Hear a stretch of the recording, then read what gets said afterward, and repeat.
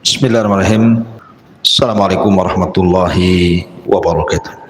Alhamdulillah wassalatu wassalamu ala Rasulillah wa ala alihi wa sahbihi wa mawalah wa la haula wa la quwata illa billahi wa ba'du. Alhamdulillah, di pagi hari ini kembali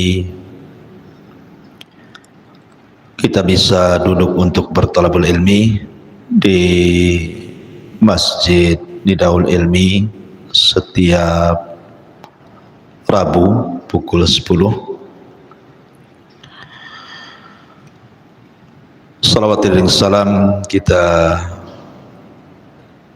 hadiahkan kepada Rasul kita Nabi besar Muhammad sallallahu alaihi wa ala alihi wasallam. Dan kita bisa lanjutkan kajian kitab Tauhid, termasuk pada bab takut kepada Allah subhanahu wa ta'ala, al-khawfu minallah.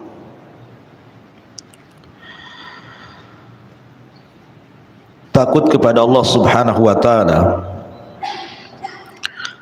adalah seafdal-afdalnya kedudukan di dalam agama.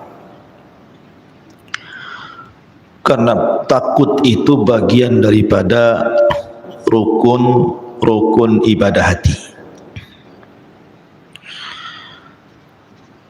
di mana kita tahu bahwa rukun ibadah hati itu ada 3 yang disebutkan para ulama. Pertama adalah al-mahabbah, kecintaan seorang hamba kepada Allah subhanahu wa ta'ala. Yang kedua al-khawf, perasaan takut kepada Allah subhanahu wa ta'ala. Dan yang ketiga ar-raja'u, perasaan harap kepada Allah subhanahu wa ta'ala. Inilah 3 rukun ibadah hati, di mana 3 rukun ibadah hati ini mempengaruhi ibadah-ibadah badan.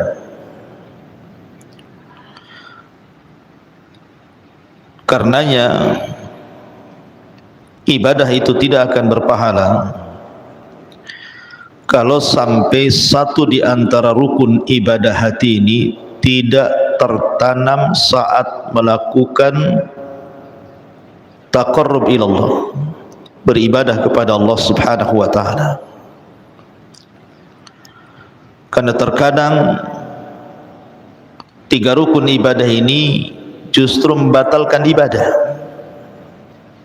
Seperti cinta, harusnya diberikan kepada Allah, malah diberikan kepada selain Allah. Begitu juga takut, harusnya diberikan kepada Allah, malah diberikan kepada selain Allah. Begitu juga harapan, yang harusnya mengharap kepada Allah, malah diberikan kepada selain Allah. Makanya 3 ibadah hati ini menentukan diterima dan berpahalanya sebuah ibadah. Jadi pembahasan ini penting sekali, karena ibadah itu sesuatu yang kita lakukan setiap hari, baik ibadah hati, ibadah lisan, ibadah badan, ibadah harta, dan begitu seterusnya. Itu berhajat kepada 3 perkara ini. Lah, di siang hari ini kita akan membahas satu di antara rukun ibadah hati, al-khawfu minallah, takut kepada Allah subhanahu wa ta'ala. Di dalam Al-Quranul Karim, Allah subhanahu wa ta'ala berfirman di sini, innama dzalikumus syaitan yukhawwifu awliya'ah fala takhafuhum wa khafuni in kuntum mu'minin. Allah Subhanahu wa taala mengatakan itulah syaitan yang senantiasa menakut-nakuti wali-walinya. Maka janganlah takut kepada mereka, akan tetapi takutlah kepadaku jika kalian orang-orang yang beriman. Al-Imran 175.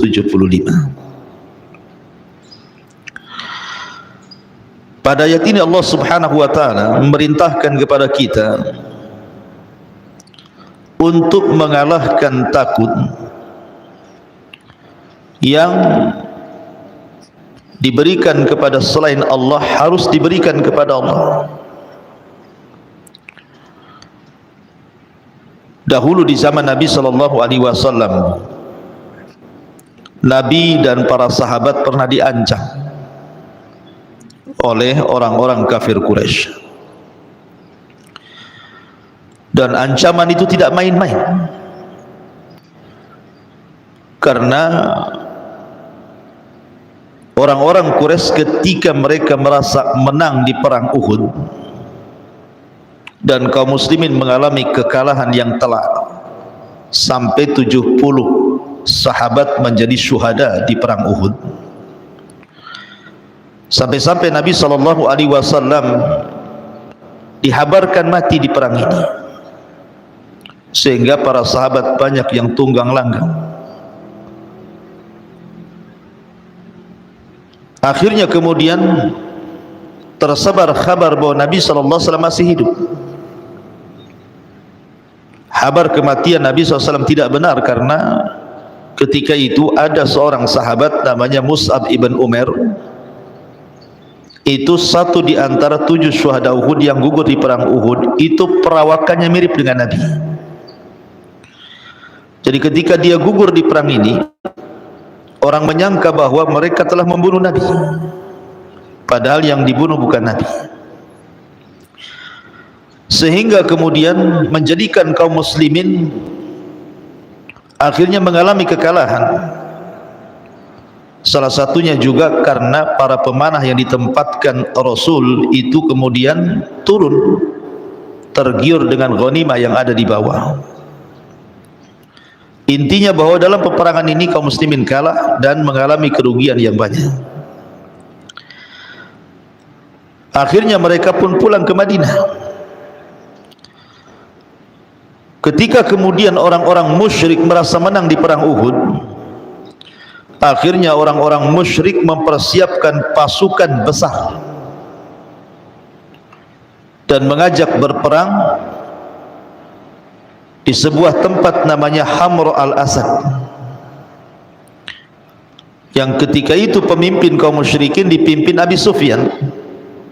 Kemudian menitipkan pesan kepada seseorang, katakan kepada Muhammad dan orang-orangnya bahwa kami orang-orang musyrik sudah mempersiapkan pasukan besar yang bisa menghabisi kalian.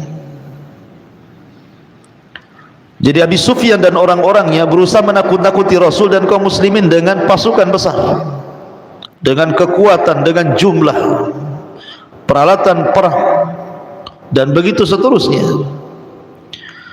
Sampailah kemudian penitip pesan ini kepada Nabi sallallahu alaihi wasallam. Hal ini digambarkan di dalam surah Al-Imran ayat 107-nya. Alladzina qala lakumun nasu innan nasa qad jama'u lakum fahsyauhum. Ketika ada orang-orang yang mengatakan kepadanya, orang-orang Quraisy telah mengumpulkan pasukan untuk menyerang kalian, karena itulah takutlah kepada mereka. Ketika kemudian penitip pesan ini sampai kepada Rasul dan mengatakan seperti itu, bahwa manusia, maksudnya orang-orang musyrik, sudah berkumpul banyak dengan kekuatan yang luar biasa, mereka hendak menuju Madinah dan menyerang Nabi sallallahu alaihi wasallam dan para sahabatnya. Maka Ketika itu banyak sebagian para sahabat yang ketakutan. Dari sini Allah Subhanahu wa taala menggambarkan innama dzalikumus syaitan yukhawwifu awliya'a fala takhafuhum wa khafuni in kuntum mu'minin. Sesungguhnya mereka hanyalah setan yang menakut-nakuti kamu dengan teman-teman setianya. Karena itu janganlah kamu takut kepada mereka, tapi takutlah kepadaku, kata Allah, jika kamu orang-orang yang benar. Ketika itu Nabi SAW kemudian berusaha menenangkan para sahabat Nabi SAW dan mengajarkan bahwa tidak ada di dunia ini yang berhak ditakuti kecuali Allah Subhanahu wa taala. Apa kata Nabi SAW? Hasbunallah wa ni'mal wakil. Hasbunallah wa ni'mal wakil. Cukuplah Allah Subhanahu wa taala, dialah pelindung dan dialah sebaik-baik pelindung, kata Rasul. Maka ketika Nabi SAW kemudian berusaha menanamkan tawakal yang kuat kepada Allah Subhanahu wa taala, bahwa di alam semesta ini tidak ada yang berhak ditakuti kecuali Allah Subhanahu wa taala, maka Allah katakan fazaduhum imana. Maka para sahabat kemudian bangkit lagi keimanan mereka dan mereka siap bertempur kembali bersama Nabi SAW. Begitulah Nabi SAW menanamkan rasa takut kepada para sahabat kepada Allah. Ya, karena kalau bukan kepada Allah rasa takut kita berikan, kepada siapa? Bukankah Allah Subhanahu wa taala Wahidul Qahhar, satu-satunya zat yang bisa menghancurkan siapapun sekehendaknya? Bukankah di tangan Allah Subhanahu wa taala semua alam semesta ini? Lihat pada hari kiamat, bumi dalam genggaman, langit bisa digulung, bintang bisa dijatuhkan, lautan bisa ditumpahkan. Takut kepada siapa lagi kalau bukan kepada Allah Subhanahu wa taala? Dia yang mengatur rizki, dia yang menahannya, dia yang memberikan penyakit, dia yang memberikan obatnya, dia yang memberikan ketenangan, dia pula terkadang memberikan ketidaktenangan. Semua diatur oleh Allah Subhanahu wa taala. Kalau bukan takut kepada Allah, takut kepada siapa lagi? Alam semesta ini ada di genggaman Allah Subhanahu wa taala. Rasul ingin tanamkan perasaan ini kepada para sahabat. Jangan takut kecuali kepada Allah. Bangkitlah para sahabat, kemudian mereka siap bertempur melawan orang-orang Quraisy yang dipimpin Abi Sufyan. Berangkatlah mereka dengan Rasul ke tempat yang disepakati yang disebut dengan Hamral Asad. Sampai di sana orang-orang musyrik ketakutan. Kemudian mereka pulang kembali ke Quraisy. Lihat, kalau orang menyandarkan kepada Allah Subhanahu wa taala, maka tidak ada yang perlu dia takuti, Bu. Apa yang ditakuti? Sandaran kita Allah. Bukankah hajat kita ini yang memenuhi Allah? Lalu takut kepada siapa? Makanya penting kita ini jangan pernah menyandarkan kepada makhluk, karena makhluk itu tidak bisa apapun. Kalau hendak menyandarkan sesuatu, sandarkan kepada Allah. Katakan, Bu, qala ya Rabb, ya Rabb. Jadi kalau ibu butuh sesuatu, berhajat kepada sesuatu, ingin menghindari sesuatu, maka katakan kepada Allah, ya Rabb, wahai Rabb, berikan sesuatu kepadaku. Maka siapapun yang mengatakan ya Rabb, wahai Rabb, dan meminta sesuatu kepada Allah, maka tidak pernah ibu akan kecewa selamanya. Tapi kalau ibu meminta kepada selain Allah Subhanahu wa taala, siap-siap kecewa. Karena selain daripada Allah Subhanahu wa taala tidak sanggup memberikan hajat kita, tidak sanggup memberikan kepada kita apa yang kita cari, baik dari mencari manfaat ataupun mencegah madarat. Semua adalah perbuatan Allah subhanahu wa ta'ala. Kalau orang bersandar kepada makhluk, maka kita akan hina. Bersandarlah kepada Allah, zat yang memberikan segala sesuatu. Bukankah Allah subhanahu wa ta'ala yang mengatakan setiap sepertiga malam kepada hamba-hambanya, man yad'uni fa astajibalah, wa man yas'aluni fa utiyah, wa man yastaghfiruni fa aghfirlah. Siapa yang berdoa aku kabulkan, siapa yang minta aku beri, siapa yang minta ampun ku ampuni dosa-dosanya. Siapa manusia yang bisa menawarkan tiga perkara ini, Bu? Tidak ada. Sekaya-kaya manusia tidak pernah mengatakan apapun yang kau minta aku beri. Sehebat apapun manusia tidak pernah mengatakan berdoalah kepada aku, kukabulkan permintaan. Serahmat apapun manusia, ketika ada orang bersalah kepadanya kemudian minta ampun, belum tentu dia memberikan ampunannya.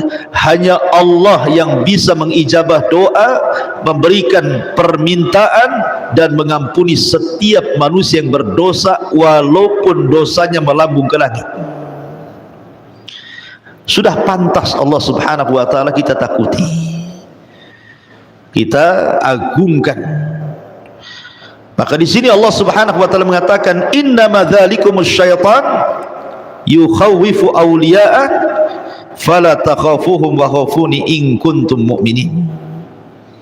Sesungguhnya mereka hanyalah setan-setan yang menakut-nakuti kamu dengan teman-teman setianya.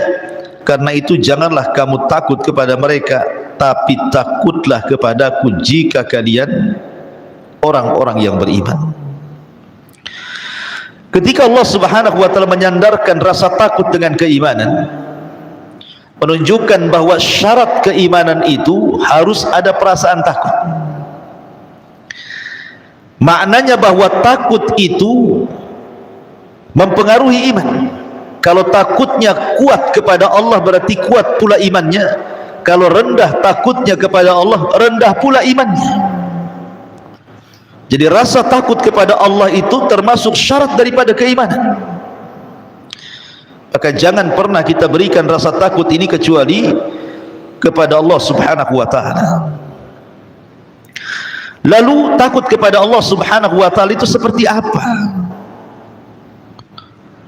Yang pertama, takutlah kepada Allah akan azabnya. Karena Allah subhanahu wa ta'ala berfirman dalam surah Az-Zumar ayat 16, lahum min fawqihim dhulalun minan nar wa min tahtihim dhulalun dzalika yukhawwifullahu bihi ibadah ya ibadi fattaqun. Di atas mereka penduduk neraka itu ada lapisan-lapisan dari api, dan di bawahnya juga ada lapisan-lapisan yang disediakan bagi mereka dari api. Demikianlah Allah mengancam hamba-hambanya dengan azab itu. Wahai hamba-hambaku, maka takutlah kepadaku. Takut akan azab. Karena azab Allah subhanahu wa ta'ala kalau sudah menimpa siapapun, tidak mungkin ada orang yang selamat dari azab Allah. Nuh alaihi salatu wassalam sangat berharap anaknya Kan'an masuk ke perahunya. Sampai-sampai Nuh mengatakan, irkam ma'ana ya bunayyarkam ma'ana, wahai anakku naiklah ke perahu, selamat kau nanti. Tetapi Kan'an yang kufur merasa bisa menyelamatkan dirinya dari azab Allah dan mengatakan, sa'awi ilal jabal, tidak wahai bapakku, aku tidak akan bergabung dengan engkau. Aku akan naik ke gunung yang tinggi, tidak mungkin tufan ini akan mengenai diriku. Dia tidak paham, dia sedang berhadapan dengan siapa si Kan'an ini. Yang dihadapi itu Allah, bukan banjir.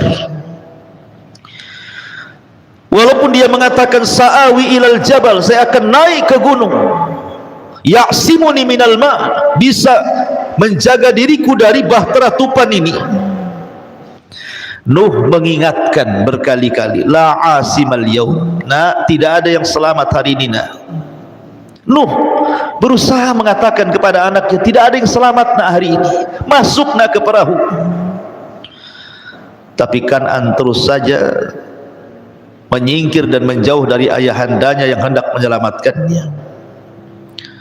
Akhirnya Allah subhanahu wa ta'ala mengatakan, sudah tinggalkan Nuh, innahu laysa min ahlik, itu bukan keluargamu, tinggalkan, dia orang kafir. Akhirnya Nuh juga meninggalkan Kan'an yang sedang naik di atas ketinggian. Dia tidak sangka bahwa azab Allah itu sangat pedih.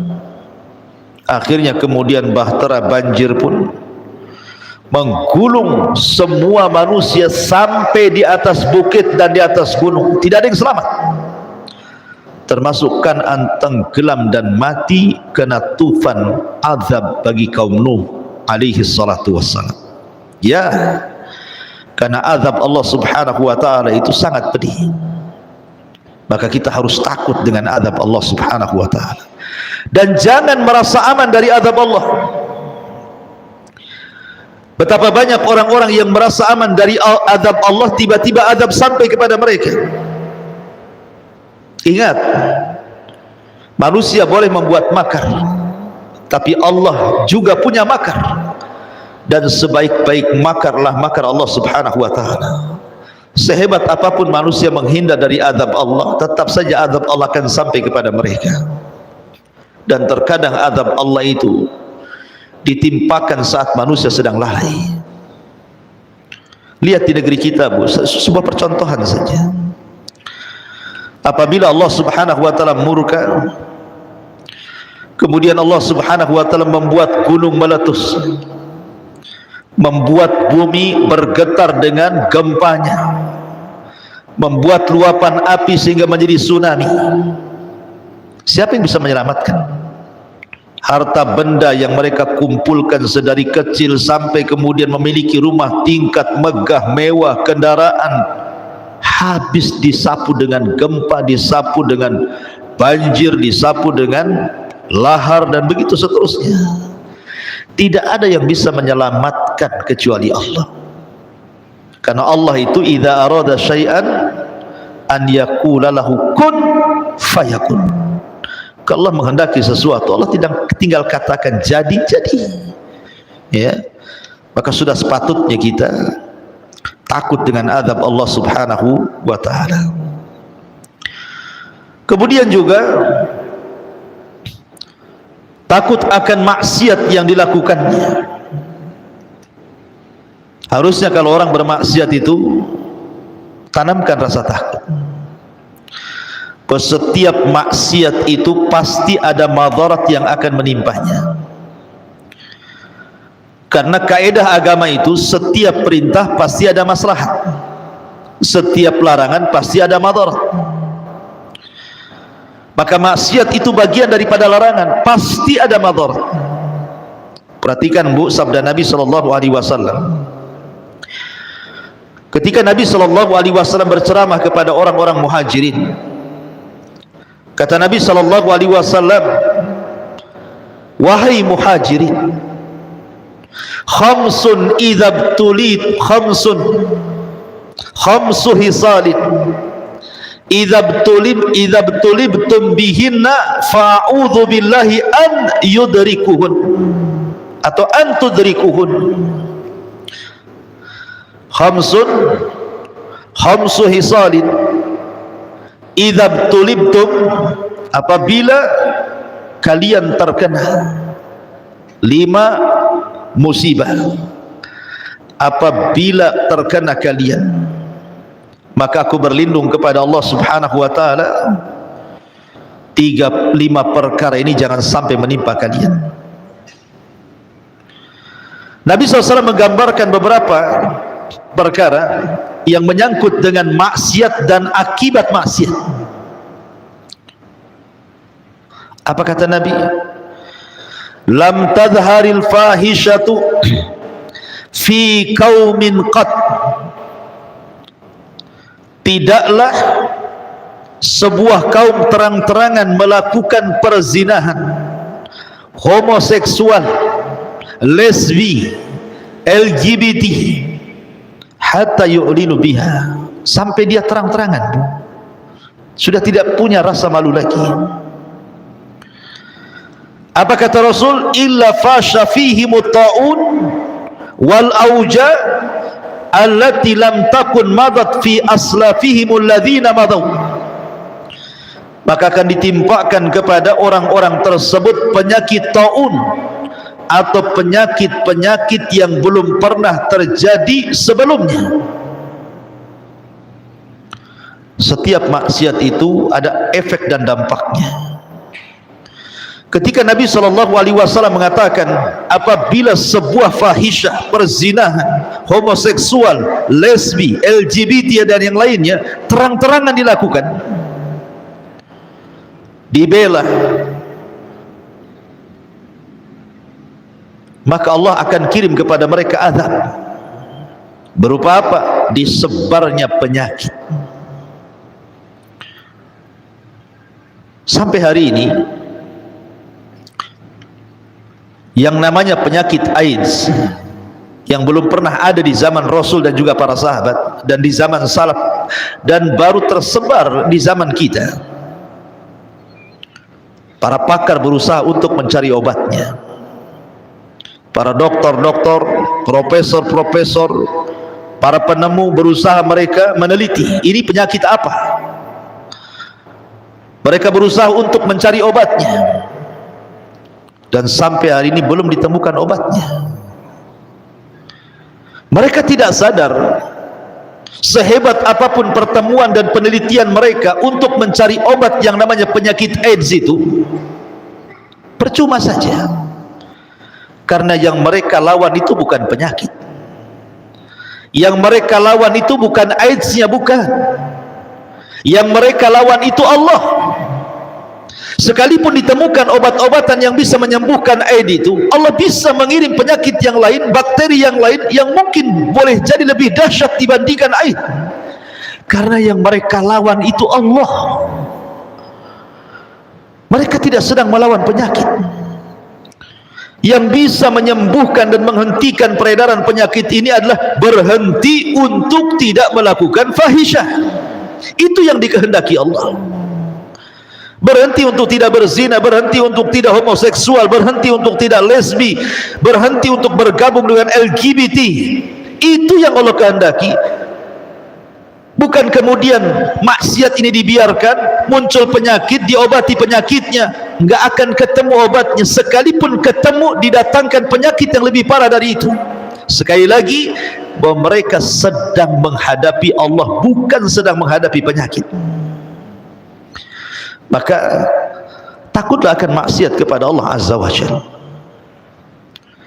Contoh yang kedua, kata Nabi SAW,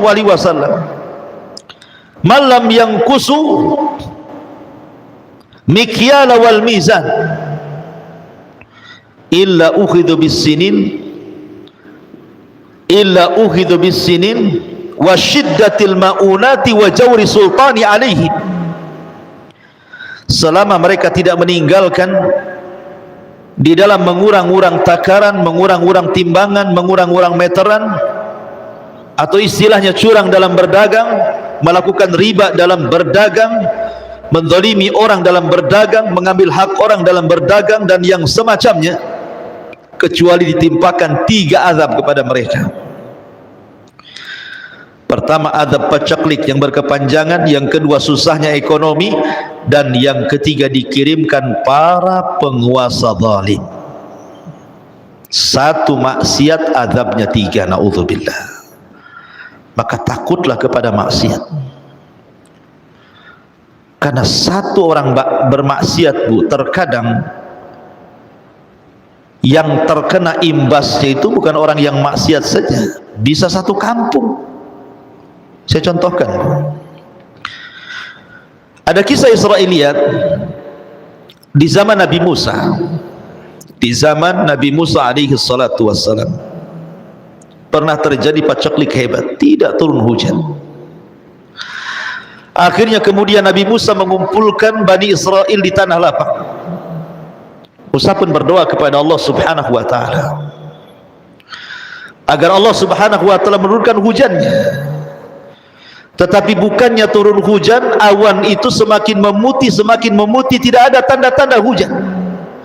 Padahal Musa itu kalimur rahman. Musa itu orang yang banyak berdialog dengan Allah, dekat dia dengan Allah. Tetapi untuk hari itu Allah tidak kabulkan permintaannya. Musa heran, kemudian berusaha bertanya kepada Allah Azza wa Jalla, ada apa? Kenapa salat istisqanya dia dan Bani Israel tidak dikabulkan? Maka Allah Subhanahu wa taala mengatakan, ya Musa, kenapa aku tidak kabulkan? Karena fikum rajulun asallaha arba'ina sanatan. Karena di tengah-tengah Bani Israel yang kau kumpulkan di tanah lapang itu ada satu orang, kata Allah, ahli maksiat. 40 tahun dia bermaksiat dan belum bertobat. Kata Musa mengatakan, sebutkan ya Rabb namanya, aku akan usir dia, sebab dia akhirnya engkau tidak turunkan hujan, katanya.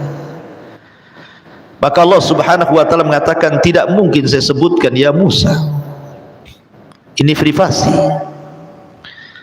Kau tinggal sebut saja di hadapan mereka, berteriaklah, siapa yang bermaksiat 40 tahun tolong keluar. Maka Musa pun kemudian berteriak di depan Bani Israel dan mengatakan, man minkum rajulun asallaha arba'ina sanatan fakhruj. Siapa di antara kalian yang pernah bermaksiat 40 tahun dan tidak tobat, keluar kau dari sini. Bani Israel satu dengan yang lainnya saling menatap, saling melihat, siapa kira-kira di antara mereka. Rupanya ada satu orang yang merasa dengan ucapan Nabi Musa itu terkena kepada dirinya. Dengan malunya dia menunduk ke tanah, kemudian dia tarik serbannya menutupi wajahnya. Kemudian dia mengatakan dalam hatinya, ya Rabb, aku sudah 40 tahun bermaksiat kepadamu, engkau tutup aibku. Apakah hari ini kau akan bongkar aibku? Aku sudah 40 tahun bermaksiat ya Rabb, aku belum bertobat, dan engkau tutup aibku di hadapan manusia. Apakah hari ini engkau akan membongkar aibku ya Rabb? Maka dia mengatakan, tubtu ilaika ya Rabb, tubtu ilaika ya Rabb, aku bertobat kepadamu ya Rabb, aku bertobat kepadamu ya Rabb. Ketika dia mengucapkan kalimat itu, tubtu ilaika ya Rabb, aku bertobat kepadamu ya Rabb, tiba-tiba langit gelap dan tiba-tiba turun hujan. Nabi Musa heran, kan belum keluar orang yang bermaksiat 40 tahun itu di tengah-tengah Bani Israel yang sedang salat istisqa. Kenapa Allah sudah kabulkan? Maka Musa mengatakan, ya Rabb, bukankah syarat engkau menurunkan hujan? Aku harus mengeluarkan satu orang yang bermaksiat 40 tahun, orang itu belum keluar, kenapa kau sudah hujani kami, katanya. Maka Allah mengatakan, ya Musa, dia sudah bertobat, ya Musa, dia sudah bertobat kepada aku.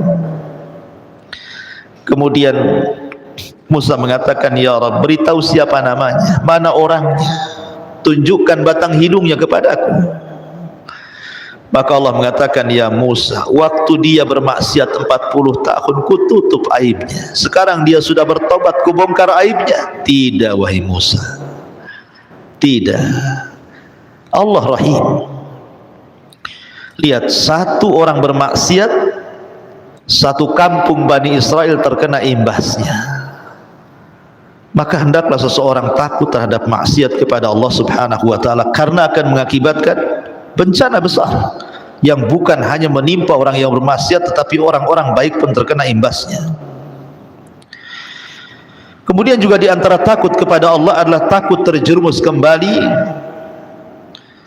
kepada kesesatan yang mungkin dia sudah mendapatkan hidayah. Jadi mungkin ibu dulunya tidak sholat, kemudian dapat hidayah, akhirnya mulai sholat.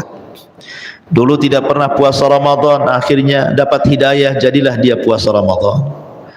Orang kaya yang tidak pernah haji, tersentuh hidayah, akhirnya haji, akhirnya zakat, dan begitu seterusnya. Yang durhaka kepada orang tua, akhirnya birrul walidain. Kalau Allah Subhanahu wa ta'ala sudah menyapa dengan hidayah, maka pertahankan hidayah itu. Karena hidayah itu mahal harganya, tidak dijual di pasar. Kalau hidayah dijual di pasar, orang kaya yang dapat hidayah, orang miskin tersesat. Tapi hidayah itu hak mutlak milik Allah, diberikan kepada siapa yang dikehendakinya. Maka jaga hidayah itu. Dan takut kalau seandainya hidayah yang sudah kita dapatkan ini tiba-tiba kemudian futur. Makanya Nabi mengajarkan satu doa kepada kita, ya muqallibal qulub tsabbit qalbi ala dini. Wahai zat yang bolak-balikan hati, tetapkan hatiku di atas agama, di atas ketaatan kepadamu. Terus minta keistiqomahan. Jangan sampai hidayah ini bergeser dari istiqomahnya. Itulah bentuk takut kita kepada Allah Subhanahu wa ta'ala. Termasuk juga takut kepada Allah adalah takut kita diwafatkan dalam posisi su'ul khotimah. Takut ini yang ditakutkan semua orang, bukan orang awam saja. Para ulama takut kepada perkara ini. Karena ibrah itu soal kematian, bukan di mana kita mati. Ibrah kematian itu bukan di mana kita mati, tapi bagaimana caranya kita mati. Karena saat orang itu detik-detik sakaratul maut, syaitan itu paling senang datang. Karena syaitan tidak ridho kalau seandainya seorang mukmin mati husnul khatimah. Maka syaitan akan masuk ke waswasnya, supaya dia takut, supaya dia tidak berhusnudzon kepada Allah, supaya dia mati dalam posisi su'ul khatimah. Makanya takut akan ini penting sekali. Karena ada hadis yang mengatakan antara orang dengan sorga itu tinggal satu hasta. Tiba-tiba dia mengamalkan penduduk amalan neraka, Allah masukkan pula ke neraka dia. Makanya ada satu kisah daripada Imam Ahmad ibn Hanbal rahimahullahu ta'ala. Jadi Imam Ahmad ini ketika hendak meninggal, anaknya bercerita, lisannya Imam Ahmad tiba-tiba mengucapkan kalimat ba'ad katanya. Belum katanya. Jadi anaknya bercerita ketika Imam Ahmad mulai siuman dari sakarat mautnya itu, wahai abi, ketika engkau koma, engkau mengucapkan ba'du, belum, apa maksudnya? Maka Imam Ahmad mengatakan, ya bunayya, inna iblisa waqifun fi zawiyatil baiti wa huwa adun ala usbu'ihi wa huwa yaqul futtini ya Ahmad faqulu la ba'du. Wahai anakku, sesungguhnya iblis sedang berada di sudut rumah dan dia sedang menggigit jari-jarinya dan dia berkata, engkau telah lolos dariku ya Ahmad, engkau telah lolos dariku ya Ahmad. Maka Imam Ahmad mengatakan belum. Lihat bagaimana iblis berusaha menggoda Imam Ahmad agar dia ujub akan keimanan dan ketakwaannya saat ditutup akhir hidupnya. Tapi Imam Ahmad mengatakan belum. Lihat, sekelas Imam Ahmad, imam ahli sunnah, pencetus madhab Hambali yang tidak diragukan kealimannya, tidak lepas daripada syaitan berusaha untuk menyesatkan saat detik wafatnya. Apalagi kita, ya. Oleh karena itulah maka kita berdoa kepada Allah Subhanahu wa ta'ala setiap hari agar kita diwafatkan dalam posisi husnul khatimah.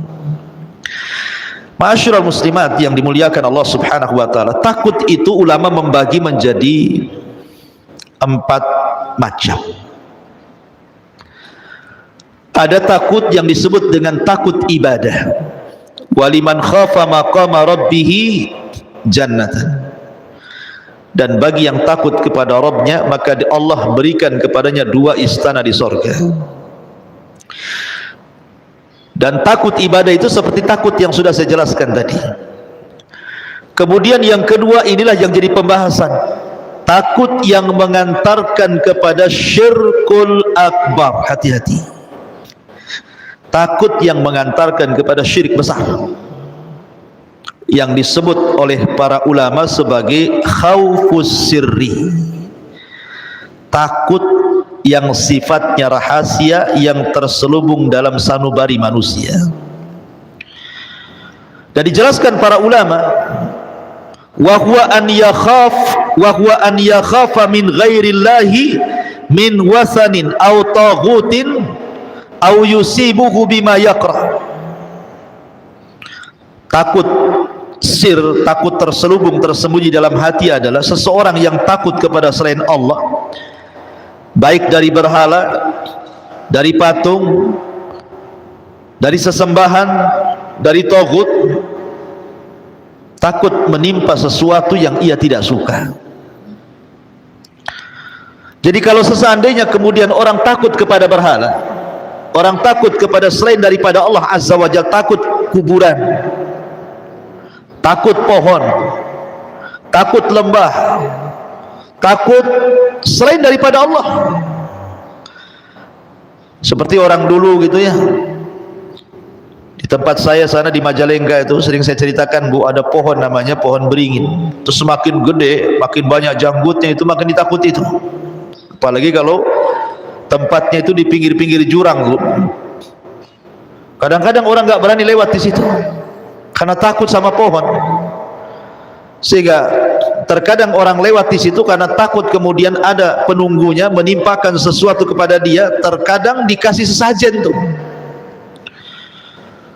taruh sesajen di situ, dikasih lilin, dikasih beras. Ya, cemana masaknya ya jinnya itu, kasih beras pula kan. Kasih beras, kasih telur, kasih minyak teri gitu kan. Karena takut kalau kualat. Bahkan di mana itu, di Jawa Tengah itu ya. Ada satu pohon itu yang kalau kita datang itu katanya kalau seseorang kemudian berjalannya itu mundur itu apa namanya, membelakangi, tidak boleh tuh. Jadi harus mundur gitu, kalau enggak kualat katanya. Nah, ini kan ada itu pohon yang dikeramatkan seperti itu. Jadi tidak perlu takut ya. Makanya kenapa kalau orang itu hidupnya menyandarkan diri kepada Allah, enggak perlu takut sama pohon. Pohon itu tidak bisa apa-apa, Bu. Tidak perlu takut sama kuburan orang yang sudah mati. Orang mati itu loh tidak bisa apa-apa. Lihatlah ibu kalau tetangga meninggal tuh, tengok bisa apa dia? Gerak pun tidak. Saya itu lebih takut sama orang hidup, Bu. Kalau orang hidup saya pukul, dia pukul balik, Bu. Kalau orang mati diinjak-injak pun diam saja dia. Kenapa takut sama orang mati? Ya. Aneh orang ini ya. Orang mati ditakuti. Orang mati tidak bisa apa-apa. Orang mati itu ruhnya sudah nggak ada. Kalau dibiarkan 1 minggu udah busuk tuh badannya. Kalau dimasukkan ke dalam apa namanya tanah, sudah dimakan cacing tanah dia. Lalu kenapa takut sama kuburan, takut sama orang mati? Kalau sampai takut ini kemudian menusuk sampai sanubari ibu gitu ya, takut betul sehingga melebihi takutnya kepada Allah, hati-hati, ini bisa sampai syirik besar. Tidak boleh. Makanya saya heran kadang-kadang ada orang yang di rumah ketakutan dengan rumahnya sendiri. Aneh, dia tinggal di rumah situ takut sama rumahnya. Wah, rumah saya ini angker kayaknya nih, muka dapur saja bulu kuduk merinding semua. Akhirnya apa? Besoknya datang ke dukun, didatangkan dukun ke rumah, suruh dibersihkan, bersih rumah katanya. Apa yang dibersihkan, Bu? Bersih rumah itu pakai sapu, bukan pakai dukun ya. Kalau ingin bersihkan rumah ya dipel, disapu. Datang dukun pula ke rumah, bersih-bersih. Apa yang mau dibersihkan? Yang ada dukun itu motori rumah. Kadang-kadang bau ular yang ibu nggak tahu, diletakkan ular di situ. Rupanya dukun settingan pula situ. Jadi takut-takut yang seperti ini yang bahaya. Kenapa kemudian pengarang ini mencantumkan kitab ini? Inilah tujuannya, agar kita jangan takut kecuali kepada Allah. Kemudian yang ketiga, ada takut tapi tidak mengantarkan kepada kesyirikan. tetapi bisa mengantarkan kepada dosa besar. Sesuatu yang diharamkan, seperti umpamanya di zaman jahiliyah, orang-orang jahiliyah itu sebagian mereka membunuh anaknya. Salah satunya adalah karena takut tidak bisa ngasih makan. Makanya Allah Subhanahu wa taala turunkan Al-Qur'an, nahnu narzuqukum wa iyyahum, kami loh yang kasih rezeki kalian dan anak kalian, kenapa kalian bunuh anak kalian? Dan rupanya tradisi jahiliyah itu bukan di zaman jahiliyah saja terjadi. Betapa banyak hari ini yang membuang anak, kan Bu? Saya pernah mendengar ada ibu bunuh diri, seorang ibu bunuh diri karena ditinggal pergi sama suaminya. Jadi sebelum ibunya bunuh diri, anak-anaknya suruh minum racun, bayi-bayinya itu suruh minum racun, Bu. Mati semua. Ibunya mati, 3 anaknya mati, yang bayinya pun mati. Habis itu dia naruh surat untuk suaminya, dan isi surat itu isinya dari awal sampai akhir takut masalah ekonomi. Ini takut yang mengakibatkan hal yang haram, akhirnya bunuh diri, kan? Dosa besar bunuh diri, membunuh lagi anaknya, dibunuh dia. Naudzubillah. Apa yang coba yang akan dihadapkan dia dengan Allah? Kalau mungkin dia saja yang bunuh diri, dia akan bertanggung jawab dirinya kepada Allah. Tapi kalau dia membunuh juga orang lain, maka Allah katakan wal mau'udatu su'ilat bi ayyi dzambin kutilat. Bayi-bayi yang mereka bunuh itu akan datang menghadap Allah. Tangan kanannya memegang kepalanya, tangan kirinya memegang ibu yang membunuhnya. Kemudian bayi ini akan mengatakan, ya Rabb, sal hadza lima qatalani. Ya Rabb, tanya ibuku, kenapalah dia bunuh aku. Coba bayangkan. Ada orang seperti itu karena takut, kan? Ini takut maksiat, tidak boleh. Memang tidak sampai kepada syirik, tetapi ini dosa besar, ya. Kemudian yang keempat, inilah takut yang sifatnya mubah. Tabiatlah manusia juga punya rasa takut. Takut diancam tetangga bawa pisau gitu ya. Tiba-tiba pulang ada ular, takut sama ular, takut sama harimau, takut sama api, kan dekat-dekat dia terbakar. Itu takut tabiat, tidak ada masalah. Ya, takut sama setan pun, Bu, kalau tidak mengantarkan kepada hal-hal yang haram atau syirik, nggak masalah, Ibu. Umpamanya ibu lewat kuburan Tamiang di sini malam-malam, ibu ya, dari Batu Haji mau balik gitu ya, kan mesti lewat Tamiang tuh. Pas lewat pintu gerbang kuburan, kok bulu-bulu kok pada berdiri semua. Yang tadinya 60, Bu, jadi 120 kecepatannya. Kenapa kok dikecepatkan motornya? Takut Ustaz, katanya. Takut seperti ini syirik? Tidak. Tidak. Selama ibu tidak melakukan hal-hal yang diharamkan, hanya takut sebatas itu saja. Takut akhirnya ibu ngebut, ibu lari gitu ya. Atau kalau di rumah takut dengan kamar mandi, ibu selimutan gitu ya. Karena setan itu kan berusaha menakut-nakuti ibu, ya Bu ya. Setan itu akan berusaha mencari media-media yang dengan media itu cemana orang itu takut sama dia. Terkadang ibu di rumah lagi hujan, datang setan, gorden pula digoyang-goyang. Ya, ibu takut tengok gorden goyang-goyang. Padahal yang goyang-goyang angin. Kemudian di rumah ada pohon mangga. Mangganya kan besar, Bu. Kemudian kalau ada kilat, nampak bayangan mangganya goyang-goyang, disangka setan. Tiba-tiba kemudian di dapur angin kencang. Jendela pula ibu lupa nutup, kencang pula angin itu masuk ke dapur, ada kaleng kongguan kena angin gebrang gitu kan. Takut ada setan di dapur katanya. Padahal kaleng kongguan tuh. Pokoknya yang namanya setan itu dia berusaha, Bu. Dia mungkin lewat angin, lewat goyang, lewat bayangan, lewat suara. Memang begitu setan itu, hendak nakut-nakuti kita. Makanya rahasia supaya kita tidak takut, kata Rasulullah, kalau setan lagi nakut-nakuti ibu kayak gitu, Bu, dengan bayangan, dengan goyangan, dengan suara, dengan angin, dengan apa, kan, kata Rasul, jangan pedulikan, baca basmalah, tinggalkan. Contoh, ibu mau ke dapur, Kok gelap pula, PLN ini tak nyala-nyala, hujan deras, anjing tetangga pulang gonggong gitu kan. Kok kayaknya takut saya. Akhirnya mau ke dapur tak jadi. Enggak boleh. Jadikan saja, apa masalahnya? Ibu mau ke dapur mau kencing, nanti enggak jadi, nanti kencing di botol pula di kamar kan itu. Kamar mandinya di dapur. Enggak usah pedulikan. Ke dapur saja, bismillah. Begitu. Kalau ibu enggak pedulikan mereka dan baca bismillah, masuk ke kamar mandi, enggak akan terjadi apa-apa, Bu.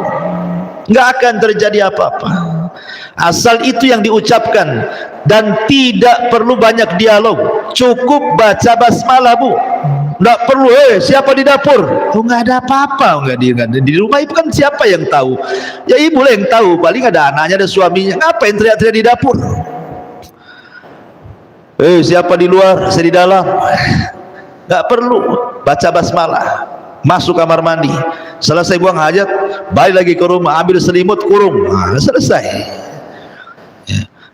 Jadi tidak boleh, karena setan lah. Takut yang seperti ini sebenarnya tidak ada masalah, karena setan itu musuh juga. Takut sama musuh nggak apa-apa. Yang jadi masalah itu, Bu, kalau takut sama setan kemudian ibu mengantarkan takut itu melakukan sesuatu yang diharamkan. Kalau haram ya haram, kalau musyrik ya syirik gitu ya. Contoh, gara-gara takut ngundang dukun jadi syirik jadinya. Atau umpamanya takut, langsung ibu ambil handphone browsing, kalau ada setan di rumah apa yang harus dilakukan.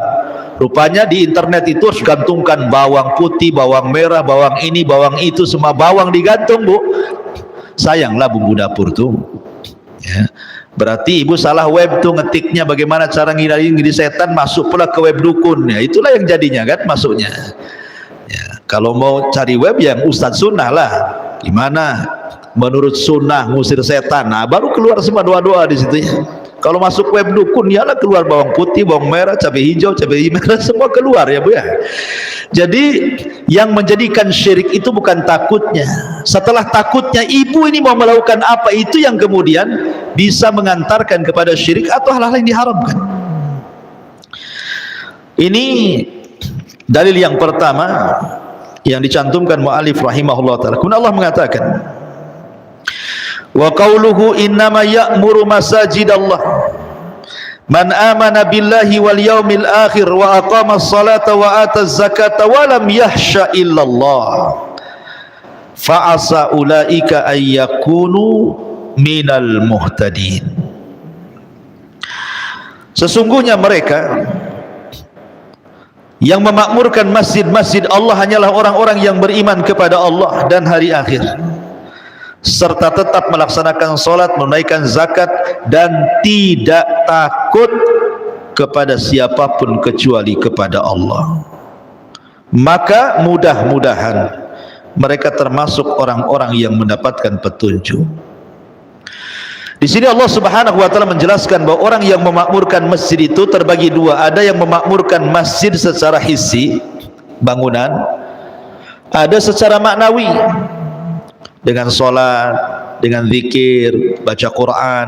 Dua-duanya memakmurkan masjid, baik yang membangun atau yang mengaji di masjid. Kayak kita sekarang ini, Bu, yang ngaji di masjid, dia sedang memakmurkan masjid namanya. Jadi ibu datang ke masjid kemudian ngaji, itu selain dapat pahala ngaji, ibu juga dapat pahala memakmurkan masjid, gitu maksudnya. Jadi ibu duduk di sini itu banyak pahalanya. Pertama dapat pahala taklim, yang kedua memakmurkan masjid gitu. Yang ketiga langkahnya dari rumah ke sini itu terhitung pahala, nanti pulangnya juga. Setelah ngaji Rasul mengatakan kumu maghfuran lakum, kalian sudah diampuni dosanya. Malaikat sudah memintakan ampun kepada Allah kepada ibu yang hadir di majelis taklim. Oh banyak, Bu.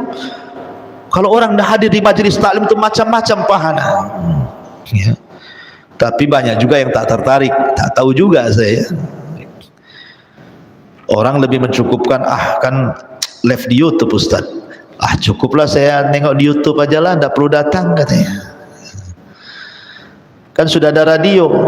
Beda adab duduk di majelis taklim dengan duduk di majelis YouTube, itu beda. Kalau orang ngaji lewat YouTube, Bu, ibu bisa sambil makan kerupuk kan, Bu. cepak kerupuk. Kadang-kadang suara kerupuknya lebih keras pula daripada suara ustaz di YouTube. Ibu ya, ibu bisa sambil rebahan, ya kan? Sambil ngepel, sambil apa? Coba di sini bu, ngaji sambil ngepel bu. Pulang saya bu. Ya. Jadi nggak ada adabnya kalau ngaji lewat media itu. Tapi kalau hadir di majelis taklim ada adabnya, duduk, nyatat, malaikat mendoakan, datang ketenangan, datang rahmat, macam-macam, subhanallah. Ya. Ya. Nah, jadi orang-orang yang memakmurkan masjid ada dua, ada yang membangun secara hissi, ada yang membangun secara maknawi. Yang maknawi inilah yang dimaksud ayat ini, yang kita bahas di sini. Di mana orang-orang yang masuk ke dalam masjid, salah satunya adalah yang memakmurkan, yang menanamkan rasa takut hanya kepada Allah. Jadi ketika masuk masjid, tumbuhkan rasa takut kepada Allah, supaya makin khusyuk ibadahnya, makin khusyuk ngajinya, makin khusyuk takut tidak diterima, takut seandainya ditolak, takut macam-macam, sehingga dia makin sungguh-sungguh ibadahnya itu ya. Kemudian mu'alif rahimahullahu ta'ala mengatakan, wa minan nasi man yakulu amanna billah fa idza udhiya fillahi ja'ala fitnatan nasi ka'adzabillah. Dan di antara sebagian manusia ada sebagian yang berkata, kami beriman kepada Allah, tetapi apabila dia disakiti karena dia beriman kepada Allah, dia menganggap cobaan manusia itu sebagai siksaan Allah. Ini yang banyak ya. Saya ini sudah dulu, Ustaz saya ini Masya Allah masih suka makan riba, masih suka ya cari penghasilan itu yang haram-haram. Alhamdulillah Ustaz, setelah saya ngaji, saya mulai tinggalkanlah riba-riba itu. Yang haram-haram itu saya mau tinggalkan. Akhirnya kemudian Allah coba dia, Allah uji dia. Dulu masa ribanya penghasilan sebulannya 10 juta, 15 juta nggak kemana. Setelah ditinggalkan riba, dia keluar dari instansi riba, kemudian dia mencari yang halal. Kemudian mulailah dia buka usaha, entah jual gorengan, entah jual es cincau, entah jual ini, jual itu. Sepi, hujan terus, gak ada yang beli. Mulai dia berpikir, kok susah kali lah hidup ini.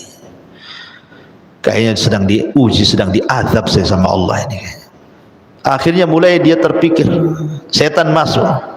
Coba saya dulu gak keluar, sudah enak. Nah, balik lagi ke riba tuh. Otaknya itu pengen balik lagi ke situ. Cobalah dulu saya nggak keluar ya, saya tergesa-gesa, mesti saya nggak seperti dulu, berpikir dulu nih harusnya keluar itu, jangan langsung main keluar, tahu-tahu seperti ini hidup saya susah gitu Pak. Itulah sebagian manusia gitu Bu ya, persis seperti yang difirmankan Allah Azza wa Jalla itu. Jadi ada orang-orang yang mengatakan kami beriman kepada Allah, tetapi apabila dia disakiti karena dia beriman kepada Allah, dia menganggap cobaan manusia itu sebagai azab Allah. Jadi kalau kita sudah mengaku beriman, mengaku muslim, mengaku mukmin, mengaku sudah hijrah, sudah sunnah, maka jadikan setiap cobaan Allah Azza wa Jalla itu bagian daripada mengangkat derajat dan menghapus dosa.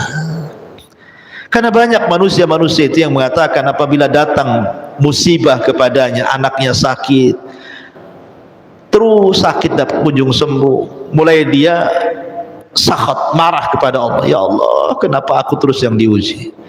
Kenapa anak saya terus, kenapa anak orang lain sehat? Apabila gulung tikar usahanya, ya Allah, kenapa asih saya terus yang diuji seperti ini? Kenapa enggak orang lain saja? Ketika kemudian dia ditimpa sakit, kenapa mesti saya lagi sakit? Kenapa? Pokoknya asih kenapa dan kenapa. Dia tidak mengetahui bahwa maksud Allah itu terkadang mengangkat derajat kita.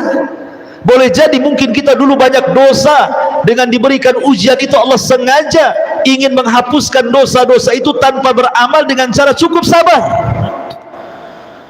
Dia tidak paham, karena terkadang juga ada surga yang tidak bisa diraih dengan solat, dengan puasa, dengan zakat, dengan zikir, baca Quran, hanya bisa diraih dengan sabar. Jadi ada surga itu yang hanya bisa diraih dengan sabar. Ada dosa yang hanya bisa digugurkan dengan sabar. Harusnya kan terpikir ke situ. Ya, jadi ada orang-orang yang ketakutan dengan ekonomi, ketakutan dengan kesehatan, ketakutan dengan nasib dia masa depan. Akhirnya kemudian dia menyalahkan Allah Subhanahu wa taala. Jangan. Ya. Kemudian karena manusia itu bagaimanapun tidak mungkin dibiarkan, pasti diuji ya.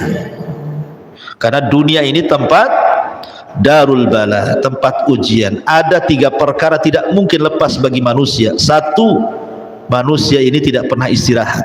2, manusia tidak mungkin didiamkan dari ucapan manusia. 3, manusia pasti akan mengalami kematian. 3 perkara tidak mungkin lepas dari manusia, Bu. Saya ulangi, 1, manusia tidak mungkin istirahat. Enggak mungkin, Bu, ibu istirahat. Habis orang ini selesai ngomongin kita, Bu, besok dia ngomongin orang. Yang ngomongin ini, datang lagi ngomongin lagi. Pindah rumah, dia musuhnya beda lagi. Dia juga ngomongin saya. Mau pindah ke mana, Bu? Mau ke hutan? Sendirian? Biar serigala monyet itu kan nggak ngomongin ibu gitu ya. Siapa bilang? Orang kampung yang ibu di situ ngomongin. Jangan-jangan sudah gila, udah pergi ke hutan Ustaz gitu. Diomongin juga, Bu. Jangan kira ibu di hutan sendiri gak ada yang ngomongin. Oh, mungkin lebih parah lagi, itu sudah gila, punya penyakit jiwa loh itu katanya. Kenapa? Uzlah dia di tengah hutan tuh, kawannya sama ular katanya. Tidak ada manusia itu lepas dari omongan manusia. Sabar ya. Orang itu tidak bisa istirahat, Bu. Pasti diuji. Makanya perlu sabar. Itulah sabar sebenarnya pahala yang paling besar, yang tidak ada batas pahalanya ya. Orang ini tidak akan lepas dari ujian manusia. Taib. Kemudian Nabi SAW mengatakan, diriwayatkan secara marfu dari Abu Sa'id Al-Khudri radhiyallahu anhu, bahwa Rasul bersabda, "Inna min dha'fil yakin an turdiyan nas bi sakhatillah wa an tahmadahum ala rizqillah wa an tadhimmahum ala ma lam yu'tikallah. Inna rizqallah la yajurruhu hirsu harisin wa la yarudduhu kurhu karihin." Sesungguhnya termasuk lemahnya keyakinan adalah jika kamu mencari ridha manusia dengan kemurkaan Allah dan memuji mereka atas rizki yang Allah berikan kepadamu. Subhanallah, Bu ya. Terkadang ada orang-orang yang mencari ridha manusia tetapi membuat Allah murka kan? Ada orang-orang yang mencari ridha manusia tapi Allah murka, menjilat kepada orang, ya kan? Gak peduli Allah murka, gak peduli. Yang penting dia senang sama saya. Kadang-kadang nyogok, rasuah, korupsi dan begitu seterusnya, Bu. Yang penting lulus ini, lulus ujian sana, lulus ujian kerja, lulus ujian. Yang penting happy hidupnya, tapi Allah murka padanya, dia gak sadar tuh, ya kan? Ataupun sebaliknya, memuji mereka atas rizki yang Allah berikan kepadamu. Kalau ada orang yang kasih pekerjaan kepada kita, bukan syukur kepada Allah, syukur pula kepada yang ngasih kerjaan. Ada tuh orang kayak gitu ya. Kemudian wa antadimmuhum ala ma lam yu'tikallah, innar rizqallah la yajurruhu hirsu harisin wa la yarudduhu kurhu karihin. Dan mencela mereka atas dasar sesuatu yang belum diberikan Allah kepadamu melalui mereka. Ingat, sesungguhnya rizki Allah tidak dapat didatangkan oleh ketamakan orang tamak, dan tidak pula digagalkan oleh kebencian orang yang benci. Allah itu kalau sudah ngasih rizki, satu dunia menghalangi tidak bisa. Kalau Allah hendak mencegah rizki, satu dunia hendak memberikan tidak mungkin bisa, karena sudah ditakdirkan. Orang kalau yakin dengan takdir, Bu, nggak akan takut hidup itu. Ada nikmat tidak terlalu senang, tak ada nikmat pun tak terlalu sedih, sudah ditakdirkan semuanya ya. Ada yang membenci dia, hatinya tetap tenang. Ada yang memuji dia, hatinya tetap tenang. Orang yang berakal itu, pujian dengan celaan sama saja. Dikasih nikmat, alhamdulillah. Tidak dikasih nikmat, ya introspeksi diri. Ada apa dengan saya? Ya, jadi itu penting menanamkan rasa aman gitu ya, agar tidak takut kecuali kepada Allah Subhanahu wa ta'ala. Ma'asyiral muslimat yang dimuliakan Allah Azza wa Jalla. Kemudian yang terakhir adalah wasiat Aisyah radhiyallahu anha kepada Ummul Mukminin. Jadi Muawiyah suatu ketika menulis surat kepada Aisyah radhiyallahu anha dan meminta agar Aisyah menasihati dirinya. Nah, di antara nasihat Aisyah radhiyallahu anha dijelaskan di sini, manil tamasa ridallah bi sakhatin nas kafahullahu mu'natan nas wa manil tamasa ridan nas bi sakhatillah wakalahullahu ilan nas wassalamu alaik. Barang siapa yang mencari keridhaan Allah sekalipun memperoleh kemurkaan manusia, Allah akan mencukupkan dia dari ketergantungan kepada manusia. Dan barang siapa yang mencari keridhaan manusia dengan mendatangkan kemurkaan Allah, maka Allah akan menjadikannya bergantung kepada manusia. Ingat, yang namanya redha seluruh manusia itu sesuatu yang tidak mungkin bisa dicapai. Kita tidak mungkin mencari manusia senang sama kita. Pasti di antara manusia itu ada yang benci dengan kita. Orang berbuat baik saja tidak semua suka, ada juga yang tidak suka, kan Bu, ya kan? Apalagi orang berbuat jahat. Oleh karena itulah maka sandarkan hidup kepada Allah. Saya yakin ibu tidak akan merasa takut kecuali kepada Allah Subhanahu wa ta'ala. Walaupun satu dunia menyakiti ibu tidak mungkin terjadi kalau belum dicatat di Lauhil Mahfuz. Satu dunia mau memberikan madarat kepada ibu pun tidak mungkin terjadi kecuali sudah dicatat Lauhil Mahfuz. Wallahu a'lam bishawab. Inilah pembahasan takut kepada Allah Subhanahu wa ta'ala. Tidak ada tanya jawab, saya ada keperluan di luar. Mudah-mudahan ada manfaatnya. Subhanakallah bihamdika asyhadu an la ilaha illa anta astaghfiruka wa atubu ilaik. Allahu ta'ala. Assalamualaikum warahmatullahi wabarakatuh.